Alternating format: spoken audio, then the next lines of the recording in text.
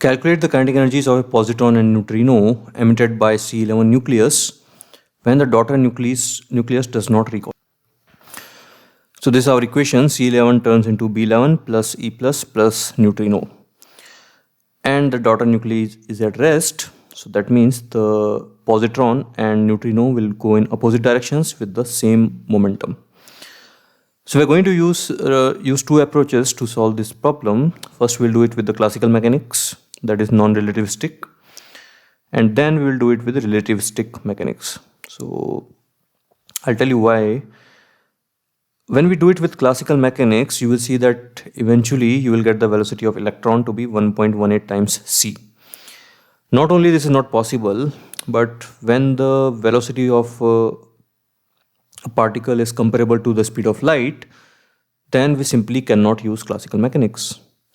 So even if this was like 0.5 times c, still that answer would be wrong, because our approach of classical mechanics does not work when a particle is moving at a high velocity. But still we are going to do it with classical mechanics and see how that answer is different from the accurate answer which we will do with the relativistic mechanics. So the classical mechanics is just about the conservation of momentum and energy. So the Q value, that is the total energy of the positron and the neutrino. So that will be mc minus mb minus 2me into c square. So in case of the beta plus decay, we have derived this formula in this problem. So you can check that. So we'll just put the values of mc and mb, and so mec square. So this mc and mb are expressed in terms of AMU, and 1 AMU is 931.5 mega electron volt. So that is what we have done here. But mass of electron in terms of AMU will be not quite practical. So we just calculate the value of me into c square, and that comes to be 0.51 mega electron volt. So that means energy equivalence of mass of one electron is 0.51 mega electron volt. So these are two electrons, so twice of 0.51. So we simplify that and get the total Q value to be 0.963 mega electron volt. Now this energy of course will get distributed into both positron and neutrino. So E of neutrino plus E of positron is equal to this. Now neutrino is a wave, so its energy we can write as hc by lambda, and by de Broglie equation h by lambda is momentum. So this we can write as pc. So and energy of positron is p square by 2me in terms of momentum, and momentum of positron is of course same as momentum of neutrino. Now instead of putting the value of me here and then finding the value of p, the simpler approach is multiply and divide by c square. So me into c square we have already seen is 0.51, and now we have a term of pc. So we have a quadratic equation in pc.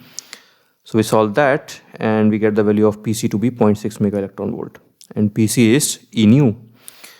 So we have got that. So we subtract this E nu from the total energy to get energy of the electron, which comes to be this. And now if we equate this energy to half mv square of the electron, so we get the velocity of electron to be this much, which is not possible. So how we do that? So again, this is simplification of maths. So we want to find out what is velocity of electron. So we'll take the ratios of energy. So half me into ve square divided by me into c square, which is this, is equal to 0.36 divided by 0.51. So we are doing that so that we can get the answer directly in terms of c and not to do a lot of calculations, just like what we did here. So here also we did not have to do much calculations because we are taking the value of mec square to be 0.51. So here also, using that mec square to be 0.51, this me gets cancelled and our calculation simplifies. But the answer which we get is wrong. Now let's see the correct approach. So this approach of relativistic mechanics is accurate since velocity of positron is very high, so comparable to light speed. So this is again the equation is same, but now when we write the q value, we will not consider the masses of these two at all, because we are going to include this in the rest energy.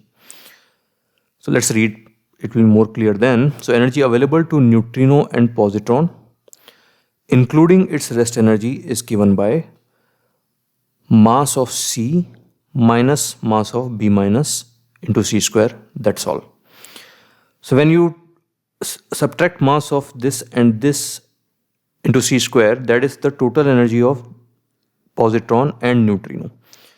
And this total energy includes the rest mass energy of positron, that is me into C square. Not me, because this will have some velocity, but that energy is included now in this q value. So again I'll read quickly. Q value available. So this q is the energy available to neutrino and positron, and this includes its rest energy. So that's why we are not including that term here, like we did in the method 1. So this gives mc. So because we know only mb, we don't know what is mb minus. So we'll just so we'll write that break into mb plus m electron, and now mc minus mb, just like in the previous part, we'll do that. And this time there is only 1 into 0.51. There it was 2 into 0.51. So this gives the value 1.47 mega electron volt. Now this is the energy, total energy of E plus and nu. Now energy of a relativistic particle is given by this formula, that is given in equation this in the book. So this includes the rest mass energy of the positron and the kinetic energy of the positron as well. And E nu, it's a wave, so its energy is just like in the previous part, it is simply Pc. So from 1 and 2, we will simplify our equation, and that is, so square of this term is equal to q minus Pc whole square, and q is this. So q minus Pc whole square is equal to, we will open this term. So again we have a quadratic equation in Pc, and this time we get the value of Pc to be 0.646 mega electron volt, which gives energy of electron will be 1.47 minus 0.646, that is 0.824. But this energy of electron is not kinetic energy alone, it is kinetic energy plus rest mass energy. So if we want to find the kinetic energy, then we need to, so this total energy minus rest energy, that will be the kinetic energy, and rest energy is me into c square, which is 0.51, which gives our answer 0.314 mega electron volt. So you can see that this answer is different than this, it's slightly less. So this is more accurate. And now of course we cannot write this kinetic energy as half mv square, that will be wrong. So we cannot do that for a relativistic particle. So this is the accurate approach, but you can see that the answer is different, but not that different if you are solving the problem with the classical mechanics. All right.